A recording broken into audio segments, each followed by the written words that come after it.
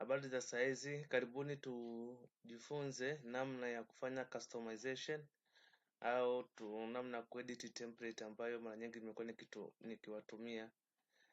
Nafanya hivyo kwa sababu kuna masomo tunatofautiana, yaani shule zinatofautiana masomo. Sasa unakuta shule ina masomo machache, nyingine na masomo mengi, na unakuta template labda ina masomo ambayo shule hiyo haina. Kwa hiyo mtu anashindwa kutumia template kwa sababu anakwama namna kubadilisha masomo, na hata akijaribu anaona kama haifanyaje, haibadiliki. Sawa.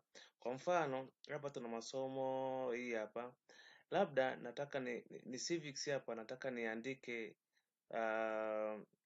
essay civics. Ngoja nitoe hii kwanza hivi. Labda nataka niandike kwenye civics hapa, nataka niandike labda historia ya Tanzania. Sawa, historia ya Tanzania, history Tanzania. Simuona hapa nimebadilisha, na kweli inaonekana hapa imebadilika. Lakini ikija kwenye SMS hapa bado inakuwa inasoma nini? Civics. Umeona? Bado inasoma civics. Kwa maana yake haijabadilika. Kwa kitu cha kwanza kuna sehemu ya kubadilishia. Kuna sehemu ya kubadilishia nini? Hii hapa. Hapo unakuja chukua mouse yako kama hapa, right click, njoo click neno unhide, alafu click grading. Inaonekana. Kumbe sehemu ambayo unaweza kubadilishia na ikasoma kule kwenye SMS ni upande wa nini? Wa grading. Chukue mfano hapa civics, sio? Nataka nibadilishe historia ya Tanzania.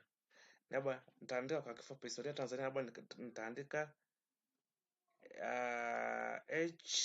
HHST TZ. Labda kwa mfano, sijajua kwa kifupi historia ya Tanzania inatambulika kwa kifupi kipi. Mimi nimetumia hiyo HIST TZ. Sawa. Hatuja kwenye upande wa SMS. Unaona ina change, inakuwa nini? History Tanzania. Sawa. Tubadilishe tena kwa mfano history hapa, labda nikaandika, au ngoja niache hapo, nikaandika labda mimi sina agriculture, nina commerce. Kwa nitatoa agriculture, taandika neno commerce. Sasa kumbuka upande wa grading andika kwa kifupi commerce. Nimetoa nini? Agriculture. Sawa. Kabla hapo ngoja ni undo kwanza, nionyeshe kwamba before kulikuwa na neno, ukija kwenye SMS hapa, before kulikuwa na neno agriculture, ili hapa lilikuwepo hapa. Sawa.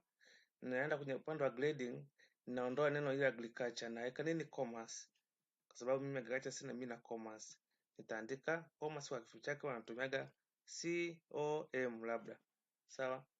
Haya, nitakuja kwa upande wa SMS, nitaangalia, you see tayari agriculture imetoka, imekuja neno commerce.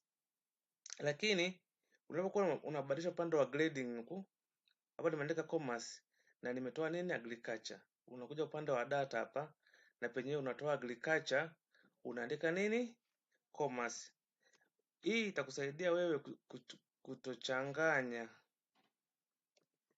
kwamba hii marks ni ya somo gani. Kwa hiyo unapokuwa unabadilisha upande wa grading kwa kifupi, unakuja upande wa data unaweka kwa kirefu, kusudi ikusaidie kufanya nini?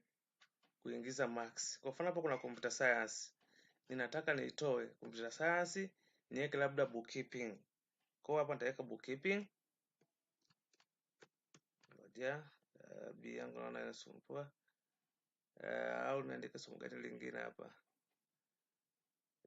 Bookkeeping, kompyuta yangu inasumbua hapa. Natumia labda neno bookkeeping.